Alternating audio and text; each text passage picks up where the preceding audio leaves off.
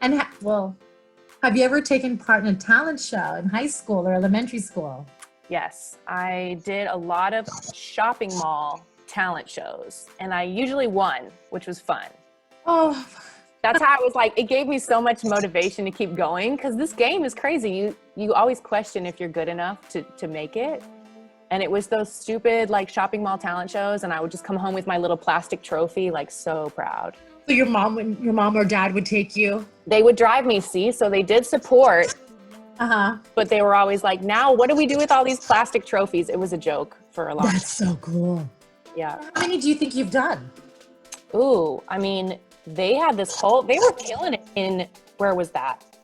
I think it was like Hastings, Nebraska. They were killing it. It was called Galaxy of Stars. And they had this fabulous Nashville woman that was, you know, like these state fair type of vibes. Girl, right next to the cow shows. Uh-huh. I was like singing my, what was I singing? Christina Aguilera. Like I was doing it. I was doing Yes! it. I was doing too much. I came with like my sparkle, and my mom would take me shopping and help me find like sparkly tops. Like they really did support. Uh-huh. But yeah, it was probably like shoot, a dozen or so talent shows. And yeah, I was obsessed. I was like, I need to figure out how to get to Hollywood and do this thing. Okay, so how old were you? How old were you when you knew you wanted to be an artist? I was a sixth grader. So I was trying to figure this out it's so long ago now. I'm like, was I 11, 12, something like that? Wow. And did you have any family support? Was your mom very supportive with this? I will say yes and no. Obviously they want what's best for me. And on the other side of the coin, I didn't come from any industry connections at all. So I think the part that they were terrified about was that they couldn't help me.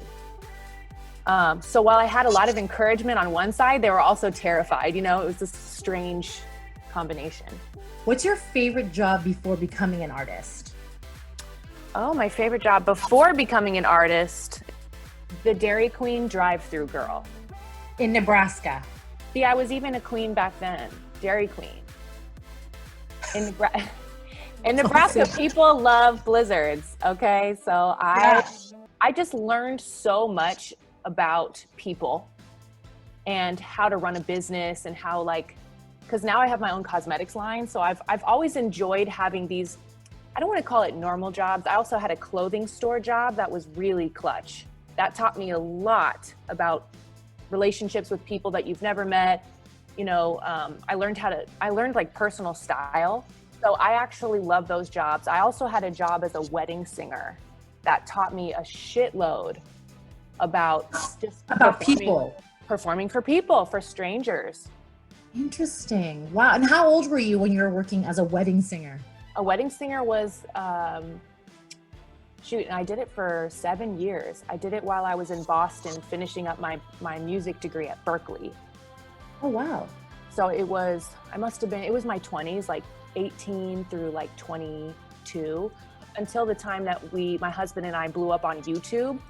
Oh my God, I sound like 100 years old right now. No, I love this as we're getting to know the technology. There it is, yeah. Behind the technology. And I was just gonna ask you about that because I know you transitioned from Carmen to Qveen Herby. Was that a huge struggle because you're already established? Sure. And then now just picking up and starting over again, and why? Sure, I mean, imagine having a couple platinum singles and a big label pushing you, spending millions of dollars, and just waking up one day like not satisfied. I was like, how did we end up here? I always loved rap and R&B music. How can we take all of this amazing experience and flip it into something that we want? And when I say we, my husband had also realized at the time he didn't want to be like a pop star, like doing choreography. He wanted to be making beats, and he's a musician. He just loves the craft of production, and he's even directing my music videos now. So we both had to, I don't know how we did it. We've been together 15 years now, but we both had to kind of grow and evolve together for it to work. And I think the scariest part was having to let go some of our old team, just because a lot of people were telling us, no, don't do it. And I get it. They were terrified. But I learned so much about branding, and I got really spiritual. Okay.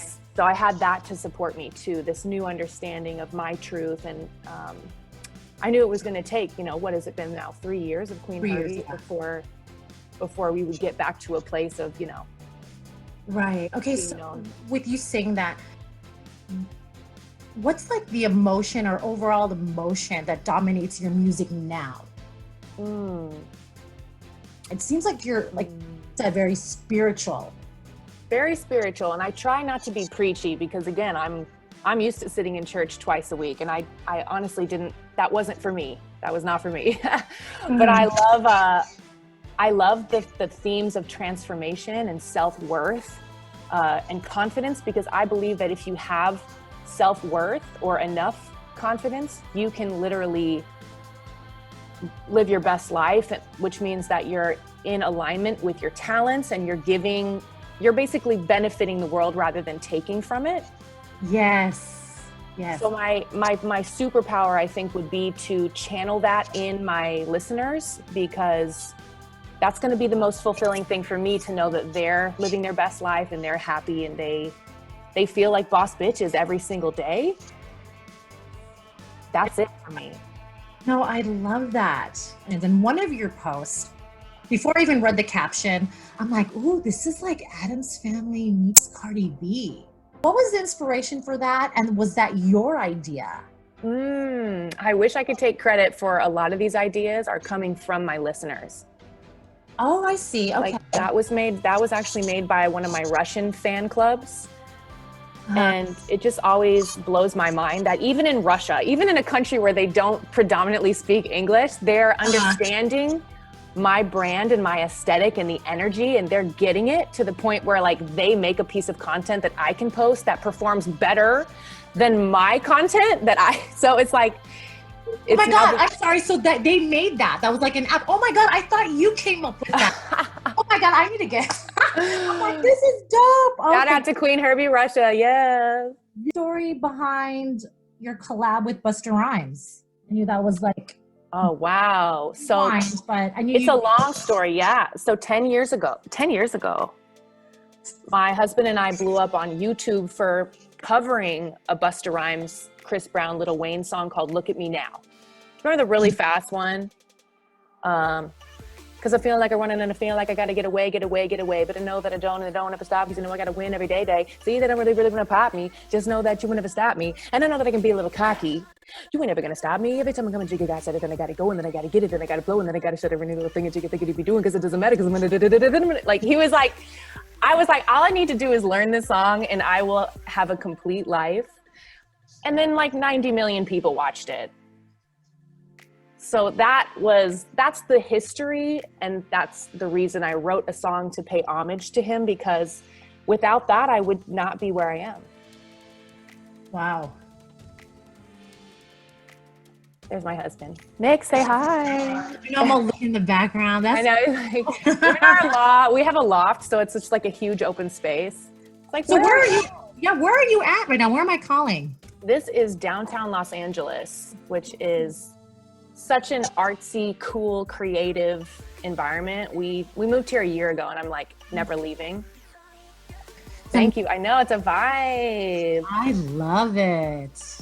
Yeah. Very like French in here. We did like it is kind of like the Addams Family in here. What are the struggles that you deal with as an artist?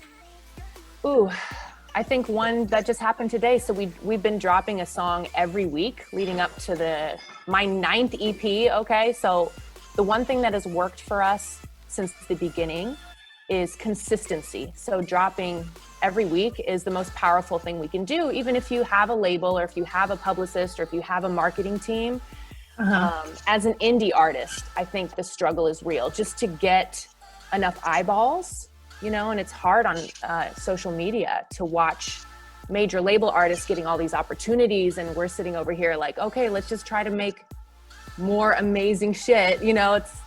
I think that would be our biggest struggle now is learning to let go of all the expectation and just create, because 3 years from now, one of these songs could blow up. Look at TikTok. TikTok has songs that are blowing up from a long time ago, and they're just becoming relevant again. Right. It's a process. You have to like trust the process. Right. Not overnight. I understand. And going against the traditional thing, like if you don't, I don't know how much you know about record deals, but they're not usually very favorable to the artist. Okay. So also trying to pioneer this new path of how to make a sustainable and happy life for artists is another thing I want to do. I write a lot of blogs about it on my website because I want my creative listeners to know that they can do it too. Right. Okay. So what would your number one advice be to someone that's new in the industry? My number one advice would be to just start, because the biggest thing I see new artists do is kind of rest on their laurels, and they make some beautiful music and they're like, well, I'm probably going to make better stuff. And the answer is yes, you probably will. But if you never start the machine of compounding, get a song out, get those 10 new fans, make a relationship with them, keep tabs on them, it still is very much about connecting to real human beings. Because you see all these, there's a lot of people that'll just buy likes and clicks and all this stuff, but it's never as good as that organic moment. So I always tell new artists, just drop it. If you're not sure, just drop it. You can always take it down. Like we've dropped hundreds of songs. Wow. You think about Elvis. I was researching Elvis. He has like diamond records. He's one of the most listened to artists ever in history. Okay. I can only name like 3 Elvis songs. So over time, it's not as important. It's just you've got to just build it. Just start and connect. Yep. What is the craziest thing a fan has ever done for you? Oh, that's a good question. Craziest thing a fan has ever done for you. Okay, so one time when we were on tour, this was back in my Carmen days, because I haven't gotten to tour as Qveen Herby yet, which is really sad. Pandemic happened. We were waiting for the right moment, and here we are. Right. But touring as Carmen, there was one city where all of those people that I talked to one-on-one and developed these relationships over time, they all showed up and like surprised me, all because they're all from different locations, but they all flew into one spot. And then during like the last song or whatever, they all held up these huge paper hearts with like different messages. Okay. And I was like completely shocked.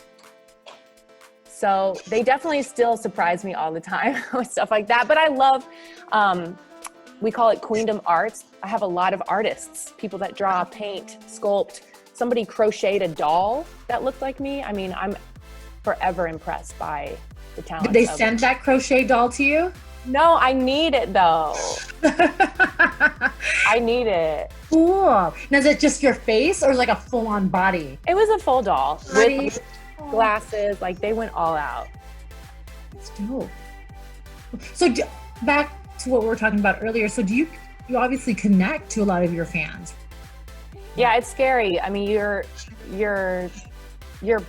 diving into a pool of energy that you don't, it's weird because it's just through a phone. But we've got it down to this thing now where we even like on my live chats, we'll like charge up our hands and like send each other good vibes. Like we call them like warm healing orbs, like just to see if we can feel each other through the phone. Cause you just never know what people are going through. I've had people say like they cry. We're just like sucking in each other's energies. It's huge. And I always say like challenge, try to get like, if somebody's being an asshole, try to give them like love and just watch what happens. It's the funnest game ever. I know it's just a game, but you will feel so much better because even you get those like cheap payoffs from like snapping back at somebody. But imagine if you were just like, hey babe, sorry you feel that way. I just want to say you're really hot. And then they're just like, what? Yeah. Oh my God, I'm so sorry. Like, I actually really like you. And it's interesting. It's like picking up negative. It's like gum. Negative energy is like stuck to you. Yeah, you're really just clogging your own pores by feeding into it. So just clear them out. Clear them out. Send them a good like, what is it called? It's like a enzyme, and send them an enzyme peel of energy, of good energy. Everybody has clear skin, girl. Slough all that off. I like this. So how many times a day do you meditate? You meditate regularly? I'm going to be honest. I do it only once in the morning. I wish that I was doing it more. All the books I read say that meditation is the key to letting go of like all those toxic and like the key to a happy life and a happy afterlife. I'm reading a lot of crazy books about stuff I wasn't allowed to research when I was young. Right. You know, reincarnation, how the soul never dies. It's like always we're coming back to learn karmic lessons. And I'm like, damn, if we meditate in life, it even makes all those future lifetimes better because your soul is just constantly evolving to get closer to God or to source, the universe or whatever. So I should be doing more, but every morning I do the Wim Hof breathing exercise. Okay. Because I noticed that it's hard for me to keep my mind focused on meditation, but when you have somebody telling you to breathe, 1, 2, you like do 30 breaths and you hold it, and that helps me so much. So I know I get at least 10 minutes of like relaxation and stillness every day. I like that. But the book that you're reading, is it One Soul, Many Bodies? Have you heard of that? That's amazing. There's also one called Journey of Souls, which is like a guy that hypnotizes people and gets the transcript of like what happens when you die. It's like, oh girl, yes, why they didn't teach this in school? I know, and also finance. They didn't really teach us in school, but yeah, that too. There's something to it. So there's more than what we see in this physical world, and we know that our energies are affecting everybody, and we're all connected. Right. We're all at different levels too. You have to be patient and let go. Like a lot of that negativity we don't understand is simply younger souls that haven't processed a lot of these lessons. So if you're not vibing with somebody, it's usually just, you got to let them have their journey. So if I feel a certain way about somebody, I'm like, it's not them doing something. Right. Yeah, I love it. Because you're a good person. You want to help, but sometimes the best way to help is to let go and just send love. Okay, what is your favorite movie? Wow, I'm going to have to say it's Charlie and the Chocolate Factory. It's like from the late 70s. It's the OG. I was gonna say the old school one, right? Yeah, I'm a whimsical bitch. I love a fantasy. I love candy. I love the idea of the person with the good soul inherits the chocolate factory and the magic and movie. It's so dark, and I think that's why they redid it with Tim Burton and Johnny Depp. Yeah, it was kind of creepy. Yep. What's your biggest pet peeve?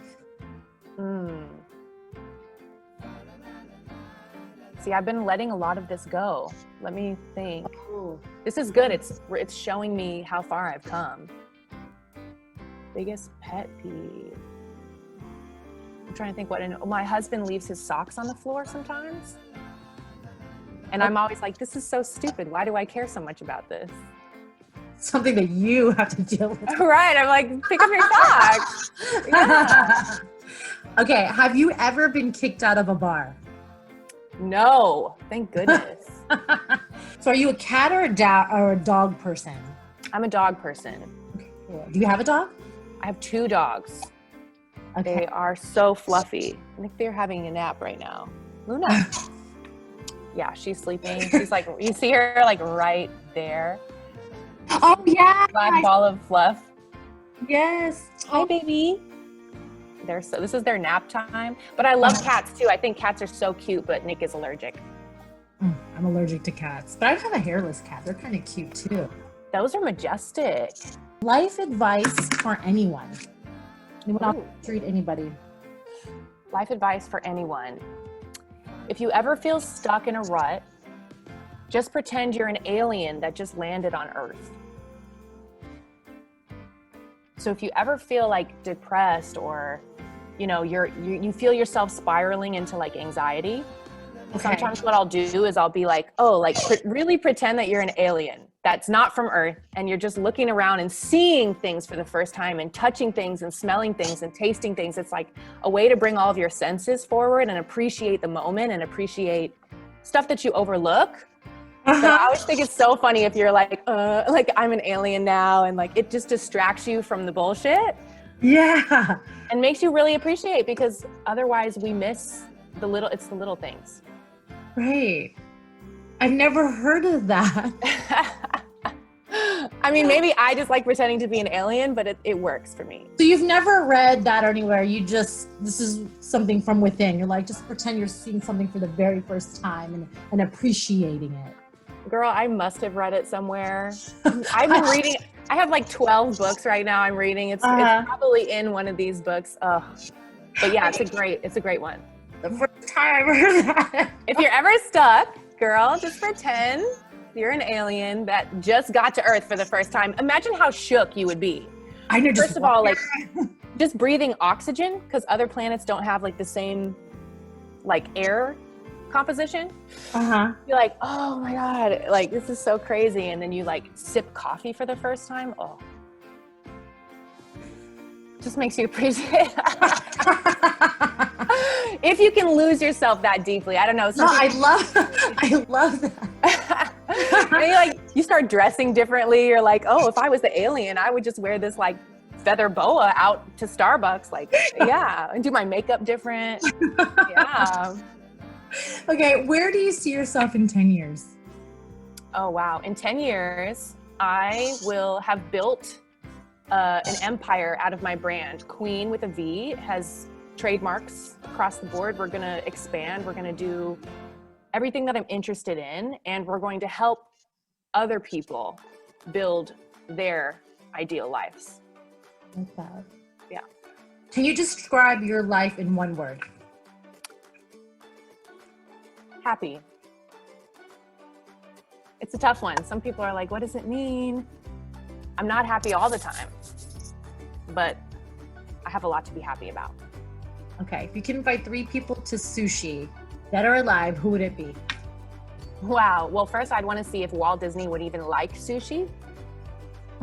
He probably wouldn't, because he's like from Missouri or something. But I took my parents to SuShe for the first time, and they were just like mortified. I know, and I can't live without it. Like my husband and I get sushi once a week at this place right across the street. So to me, Walt Disney, I love how he, came from nothing in the Midwest, built this crazy, people were like, a theme park, bro.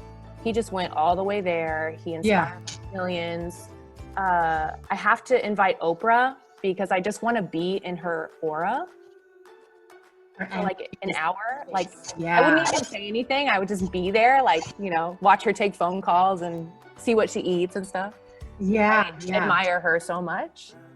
Maybe Marilyn Monroe, because she's so complex and interesting to me, her story. And I recently found her skincare regimen, or like the skincare that she used, and so it's just interesting to me how her legacy, how she's been remembered. And I would be curious to ask her if that's what she was aiming for, or I want to know what happened too. I mean, there's so many conspiracy theories about her. Right. How old was she when she took her life? She took her own life, right? Or do we took her life? We don't know. It was like a botched crime scene, but I think she was 36. So you have like a product line coming out? Oh, girl, yeah. This is the lip that I have on today.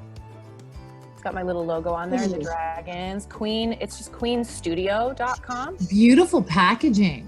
Thank you. I should send you some of this. I have such beautiful lashes too. So lips and lashes was my focus, and you can shop that at Qveen Studio. We're about to drop a bunch of eyeshadows too, which I'm excited for. Exciting. I love. It's fun to make a music video and be like, listen to the song, and then be like, also the makeup is for sale over here, rather than t-shirts and mugs.